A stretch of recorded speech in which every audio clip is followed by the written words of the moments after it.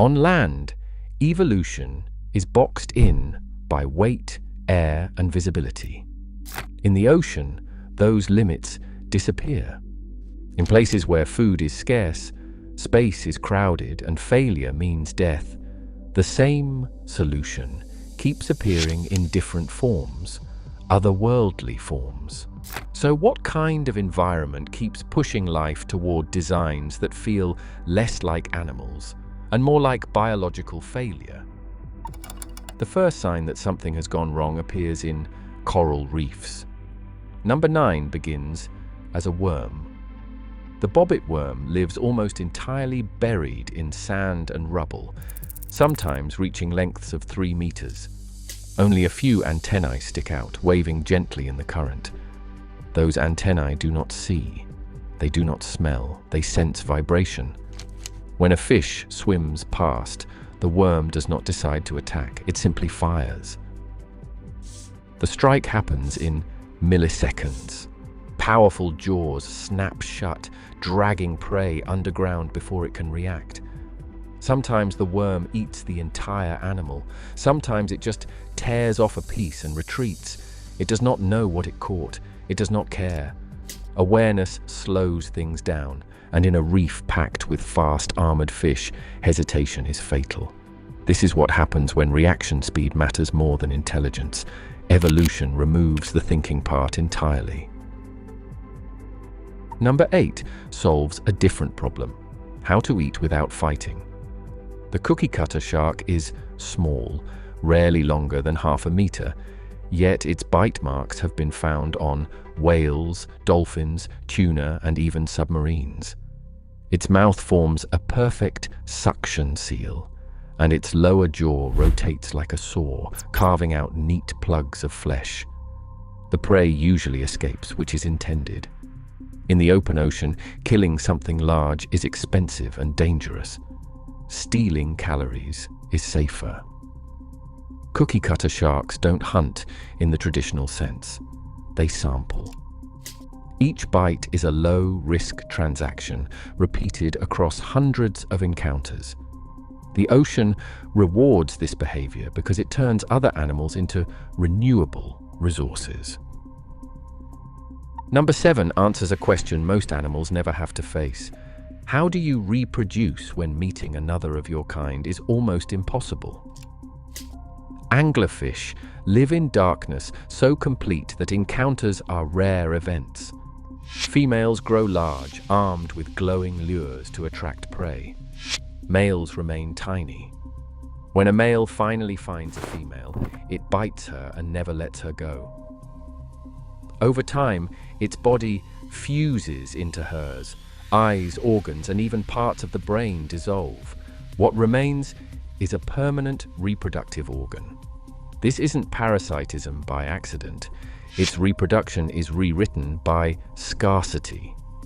In a place where finding a mate is the hardest task of all, evolution stops treating bodies as individuals, and it turns them into components. The result looks horrifying because individuality has become optional. However, number 6 takes the idea of excess and pushes it to its limit. The viperfish lives in deep, lightless water, usually between 500 and 5,000 meters. Its teeth are so long they can't fit inside its mouth. Its jaw hinges backward to make room. Bioluminescent organs along its body and near its mouth glow faintly, attracting prey that drifts too close. In the deep ocean, missing a meal can mean starving for weeks. The viperfish doesn't gamble on second chances. Its mouth is built to capture anything it encounters, even prey larger than itself. There is no concern about balance or proportion, only efficiency. What ties these creatures together isn't where they live or how they look. It is the pressure they are under. Each one solves a different problem: crowded reefs, endless open water, total darkness, unpredictable feeding opportunities. And each solution strips away something we associate with normal animals. This isn't the ocean making mistakes. It is the ocean refining answers, and the deeper you look, the clearer the pattern becomes. These are not isolated horrors. The next creature doesn't just stretch bodies or sharpen teeth. Number 5 changes what an animal even is. The Portuguese man-o'-war drifts at the surface like a harmless balloon, its translucent float catching the light. Below it trails a web of tentacles that can stretch for tens of meters. Each tentacle is packed with venom powerful enough to kill fish and seriously injure and possibly drown humans. But here is the detail that unsettles biologists the most. The man-o'-war is not one animal. It's a colony. Each visible part is a specialized individual, genetically identical, permanently fused together. One handles buoyancy, others handle feeding, others handle reproduction. None of them can survive alone.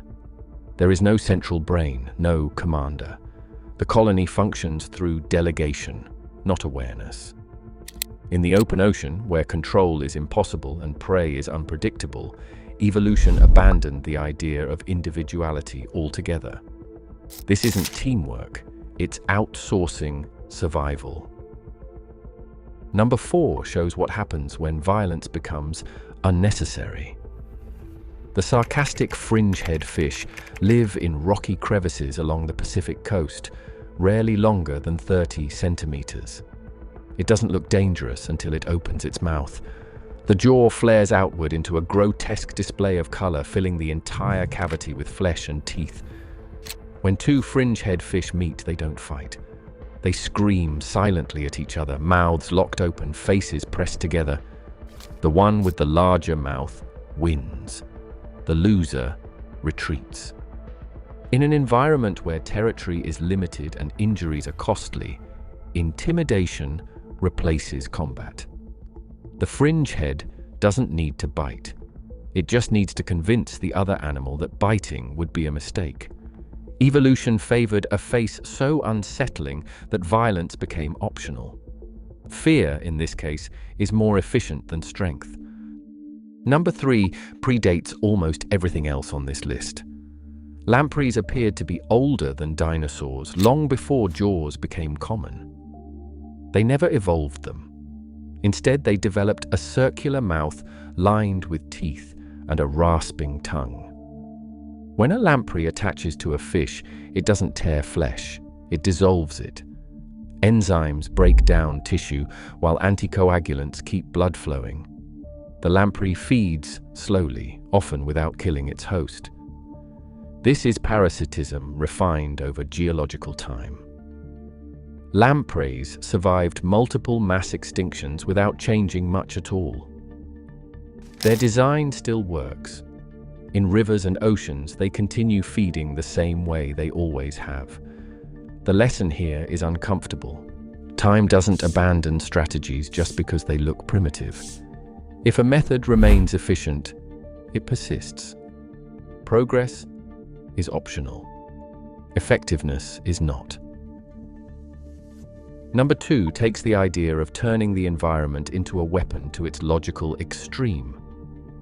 The mantis shrimp is small, usually less than 40 centimeters long, yet it delivers one of the fastest strikes in the animal kingdom. Its club-like appendage accelerates so quickly that it creates cavitation bubbles in the water. When those bubbles collapse, they release heat and light, delivering a second blow even if the shrimp misses its target. Shells shatter, glass cracks. Fish are stunned without direct contact.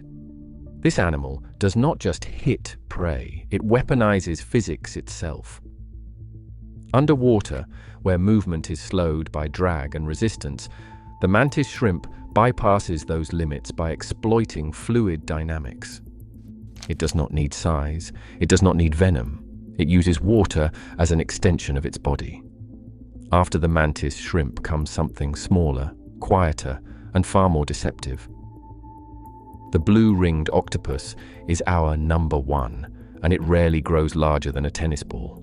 It doesn't look like a monster, Most of the time, it doesn't even look dangerous. Its body is soft, slow, and almost gentle as it crawls across shallow reefs and tidal pools. Then the rings appear. Bright electric blue circles flare across its skin, pulsing like warning lights.